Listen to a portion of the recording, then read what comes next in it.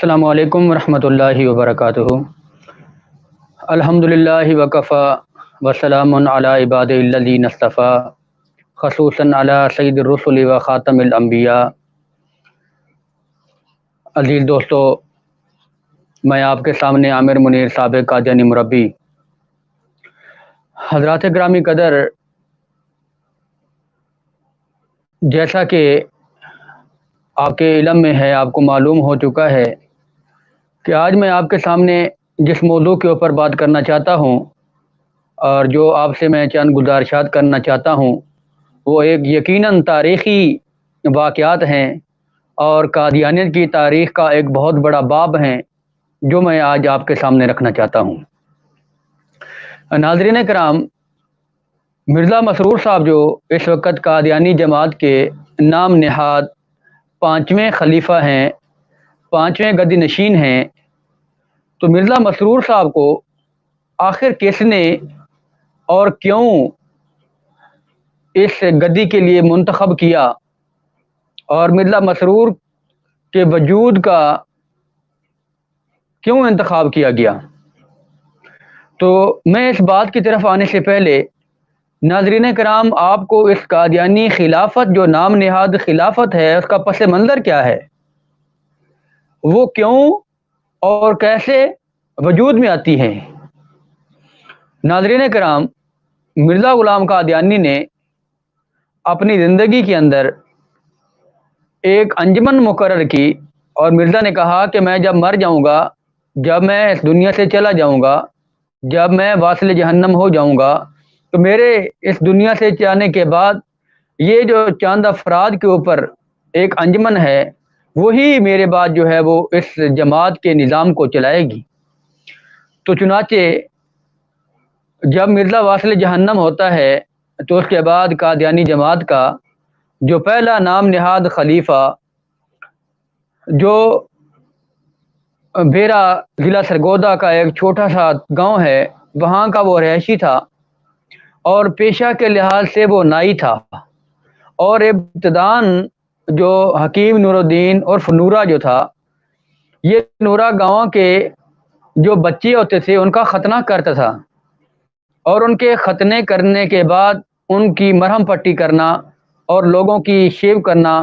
اور لوگوں کی بغلیں اتارنا، یہ حکیم نور الدین کے بنیادی پیشوں میں سے یہ اس کے پیشے تھے۔ تو اس کے بعد جب یہ مرزا غلام قادیانی اور حکیم نور الدین المعروف نورا کی آپس میں ملاقات ہوتی ہے، تو اس کے بعد یہ سلسلہ چلتا ہے، پھر مرزا اپنی نبوت اور مختلف دعویٰ جات کرتا اس دنیا سے واصل جہنم ہو جاتا ہے۔ تو ناظرین کرام، اس کے بعد مرزا قادیانی کا جو پہلا نام نہاد گدی نشین خلیفہ مقرر ہوتا ہے وہ حکیم نور الدین عرف نورا ہوتا ہے۔ اس کے بعد 1914 میں جب یہ نورا واصل جہنم ہوتا ہے تو یہاں سے اصل سٹوری جو ہے کہ قادیانی نام نہاد گدی اور قادیانی نام نہاد خلافت کا آغاز جو ہے وہ یہاں سے اصل میں مضبوط ہوتا ہے، کیونکہ مرزا بشیر الدین محمود جو ہے وہ ایک تو مرزا غلام قادیانی کا بیٹا تھا، چاہے وہ حکیم نور الدین کا تھا، لیکن اس کی نسبت جو ہے، اس کا بظاہر باپ جو ہے وہ مرزا غلام قادیانی ہی تصور کیا جاتا ہے۔ تو چنانچہ جب حکیم نور الدین اس دنیا سے جاتا ہے، اس دنیا سے واصل جہنم ہوتا ہے، تو اس کے بعد مرزا بشیر الدین اپنی ماں کے پاس، جس کا نام نصرت جہاں ہوتا ہے، اس کے پاس جاتا ہے اور اپنی ماں کا جو ایک اثر و رسوخ ہوتا ہے جماعت کے اندر، اس کو استعمال کرتے ہوئے حکیم نور الدین کے مر جانے کے بعد 1914 میں مرزا بشیر الدین محمود جو ہے وہ جماعت کے لوگوں کو اپنے گرد جمع کر کے تو اپنے نام کی بیعت ان سے لیتا ہے، اور یوں یہ مرزائیت کے اندر یوں اس جو ہے یہ سلسلہ خلافت کا، گدی نشینیت کا، یہ مرزا غلام قادیانی کے خاندان کی طرف منسوب ہوتا ہے۔ تو ناظرین کرام، یہ سلسلہ چلتا رہتا ہے، اور اس سلسلہ کے اندر جب مرزا بشیر الدین محمود یہ سمجھتا ہے کہ اب میں نے تو اپنی خلافت کے لیے اپنی ماں کا تعلق بھی استعمال کر لیا، میں نے اپنا تعلق، اپنی نسبت جو مجھے مرزا غلام قادیانی کے ساتھ تھی، میں نے اس کو بھی استعمال کر لیا ہے، تو چنانچہ اب میں دنیا سے چلا جاؤں گا، دنیا سے واصل جہنم ہو جاؤں گا، تو میرے جانے کے بعد یہ سلسلہ کیسے آگے چلے گا؟ تو یہ ایک بہت بڑا سوال تھا جو مرزا بشیر الدین محمود کے دل میں اور دماغ میں یہ پیدا ہوا۔ تو اب اس کے اوپر مرزا بشیر الدین محمود جو تھا اس نے سوچ بچار کرنا شروع کر دی کہ کیسے اس نظام کو منظم کیا جائے کہ میں اگر دنیا سے واصل جہنم ہو بھی جاتا ہوں تو یہ جو گدی نشینی ہے، یہ جو نام نہاد خلافت ہے، یہ ہمارے ہی خاندان میں، اس مرزا غلام قادیانی کے خاندان کے اندر ہی چلے، اس کی لڑی کے اندر ہی یہ منتقل ہو، اس کی وراثت کے اندر یہ چیز منتقل ہو۔ تو یہ کیسے کیا جائے؟ تو ناظرین کرام، 1956 میں مرزا بشیر الدین محمود نے ایک تنظیم بنائی۔ مرزا بشیر الدین محمود نے ایک کمیٹی بنائی، اور اس کمیٹی کا جو مرزا بشیر الدین کے بنانے کا مقصد تھا وہ یہ تھا کہ یہ کمیٹی جب میں جاؤں گا، میں مر جاؤں گا، میں واصل جہنم ہو جاؤں گا، تو میرے بعد یہ کمیٹی کے جو افراد ہیں، یہ اس کو خلافت کی جو کمیٹی کہا جاتا ہے، اس کے افراد آنے والے خلیفہ کا انتخاب کریں گے۔ تو چنانچہ مرزا بشیر الدین محمود نے 1956 میں اپنی جو کمیٹی بنائی،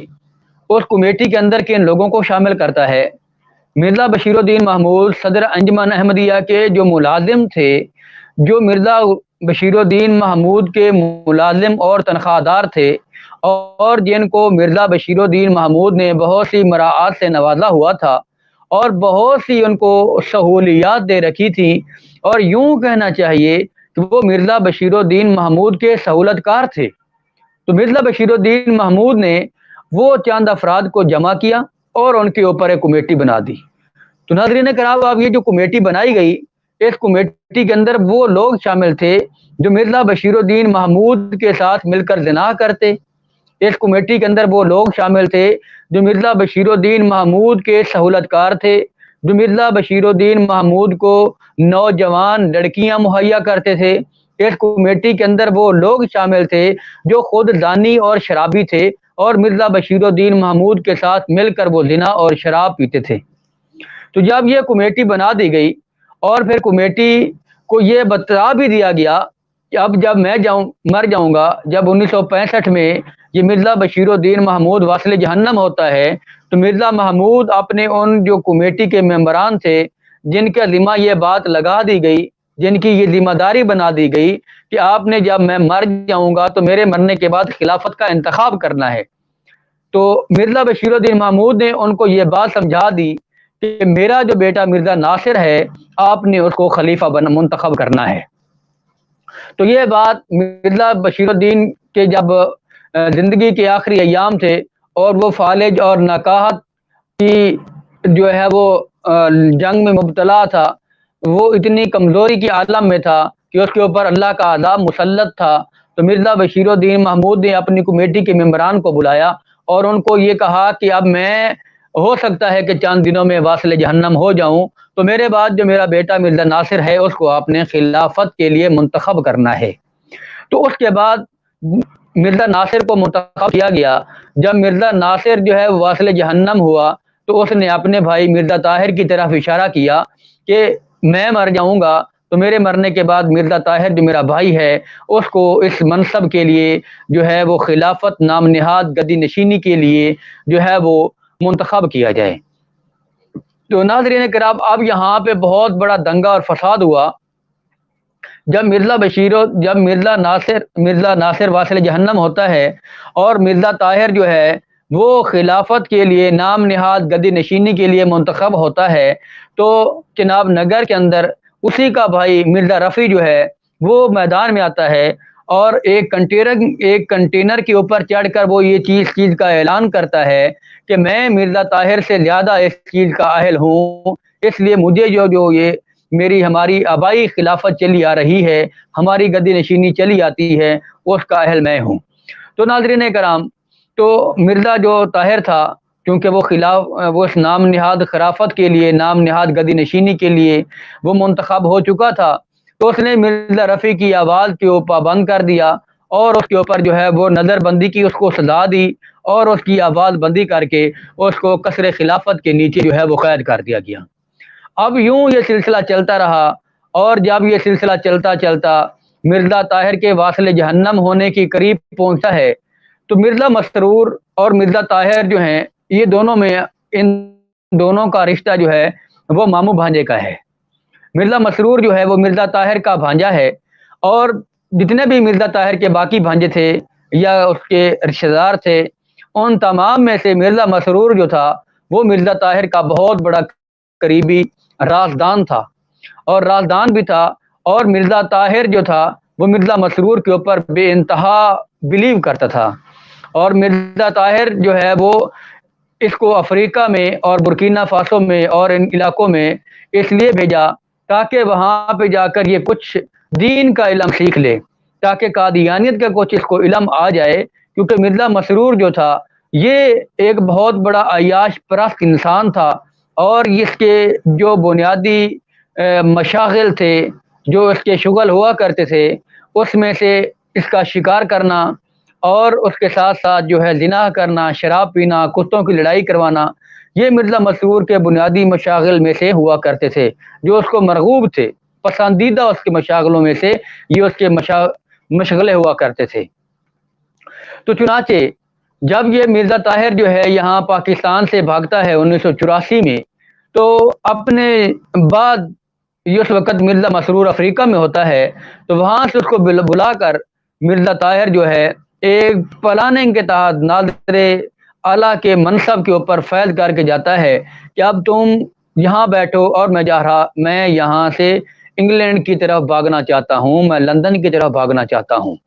تو جب مرزا طاہر یہاں سے بھاگ جاتا ہے تو مرزا مسرور جو ہے وہ پیچھے اپنی جو ہے وہ من پسند جو اس کے مشغلے تھے ان میں مشغول ہو جاتا ہے۔ تو جب یہ مرزا مسرور اور مرزا طاہر کی آپس میں ملاقاتیں ہوتی تھیں، تو مرزا طاہر نے اشارتاً بڑی وضاحت کے ساتھ یہ بات جو قادیانی جماعت کی افراد تھے، مرزائی تھے، ان تک یہ بات پہنچا دی کہ اب میں جب واصل جہنم ہو جاؤں گا تو میرے واصل جہنم ہونے کے بعد مرزا مسرور جو ہے وہ اس جماعت کو لیڈ کرے گا، وہ اس جماعت کا نام نہاد گدی نشین مرزا مسرور ہوگا۔ اب مرزا مسرور کو مرزا طاہر کو بنانے کی ضرورت کیوں پیش آئی، یہ بہت بڑا سوال ہے۔ تو اس کو بنانے کی وجہ یہ پیش آئی کیونکہ مرزا طاہر جو تھا اس کی کوئی نرینہ اولاد نہ تھی، مرزا طاہر کی کوئی نرینہ اولاد نہ تھی، اور دوسری بڑی وجہ جو یہ تھی کہ مرزا طاہر کی جو 4 بیٹیاں تھیں، ان چاروں میں سے 3 بیٹیوں نے اپنے گھر سے بھاگ کر جو ہے اپنی من پسند لو میرج کی، اور یوں مرزا طاہر کی جو ہے وہ پگڑی انہوں نے سر فخر کے ساتھ بلند کر دیا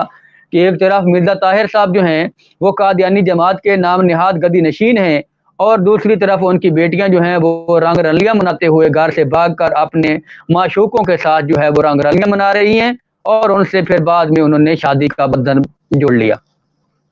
تو اب مرزا طاہر جو تھا اس کی جو جائیداد تھی، جو اس کی پراپرٹی تھی، جو اس کے زمین تھی، جو اس کے بینک بیلنس تھے، یا جو بھی اس کی سورس آف انکم تھے، وہ اس کا تمام کا رازدان جو تھا وہ مرزا مسرور تھا۔ تو مرزا طاہر نے مرزا مسرور کو اس لیے گدی کے اوپر لایا، اور اس لیے مرزا طاہر نے بڑی وضاحت کے ساتھ اپنے خطبات کے اندر بھی جماعت کو یہ تنبیہ کی اور جماعت کو متوجہ کیا کہ اب جب میں واصل جہنم ہو جاؤں گا تو میرے بعد مرزا مسرور جو ہے وہ اس گدی کا اہل ہوگا۔ اور اس کے بعد قادیانیوں کا ایک رسالہ نکلتا تھا جس کا نام خالد تھا، اور 2013 میں انہوں نے ایک مسرور نمبر شائع کیا تھا، سالانہ نمبر مسرور کے نام سے، تو اس میں بھی انہوں نے یہ بات بڑی وضاحت کے ساتھ لکھی ہے کہ مرزا طاہر نے مرزا مسرور کو مخاطب کرتے ہوئے یہ فرمایا تھا کہ اے مسرور اب تو ہماری جگہ پہ بیٹھ جا، اب ہم یہاں سے رخصت ہونے والے ہیں۔ تو میں قادیانیوں کو یہ کہنا چاہتا ہوں کہ ایک طرف تو تم کہتے ہو کہ خلیفہ خدا بناتا ہے، اور دوسری طرف تمہارے یہ جو نام نہاد گدی نشین تھے، یہ جو اپنے بعد آنے والے کی پیش گوئی کر کے جا رہے ہیں، اور آپ کو مجبور کر رہے ہیں کہ آپ نے ہر حال میں اس کی اطاعت کرنی ہے۔ تو اس چیز کا جو مرزا مسرور جب گدی کے اوپر بیٹھتا ہے، نام نہاد خلافت کا جو باغ ڈور ہے وہ سنبھالتا ہے، تو مرزا مسرور اپنے خطبے میں اس چیز کو وضاحت کے ساتھ لکھتا ہے، وضاحت کے ساتھ بیان کرتا ہے کہ اور صدور جتنے صدران ہوتے ہیں ان کو خط بھی لکھتا ہے کہ میری اطاعت جو ہے وہ آپ نے کرنی ہے، نظام خلافت کی اطاعت آپ نے کرنی ہے، چاہے وہ جو مرضی ہو جائے، چاہے میں اس اہل ہوں یا میں اس اہل نہیں ہوں، آپ نے ہر حال میں جو ہے وہ میری اطاعت کرنی ہے۔ تو یہ ایک بنیادی بات تھی، ایک تاریخی قادیانیت کی ایک تاریخ کا ایک باب تھا جو ناظرین کرام میں آپ کے سامنے رکھنا چاہتا تھا، اور وہ میں نے آپ تک جو ایک میں نے اس کو اسٹڈی کیا اور جو میرے علم میں باتیں تھیں وہ میں نے آپ تک پہنچا دی ہیں۔ اب آخر پر میں آپ سے ایک درخواست کرتا ہوں، اور وہ یہ ہے کہ میرے اس چینل کو سبسکرائب بھی کریں اور اس کو شیئر بھی کریں، تاکہ یہ آواز جو ہے یہ قادیانیوں کے ایوانوں میں پہنچ جائے، اور قادیانیت جو ہے وہ اس چیز سے استفادہ کرے کہ کیا ہمیں جس طرف لے جایا جا رہا ہے کیا وہ حقیقی اسلام ہے یا صرف اندھا دھند تقلید ہے۔ وآخر دعوانا ان الحمد للہ رب العالمین۔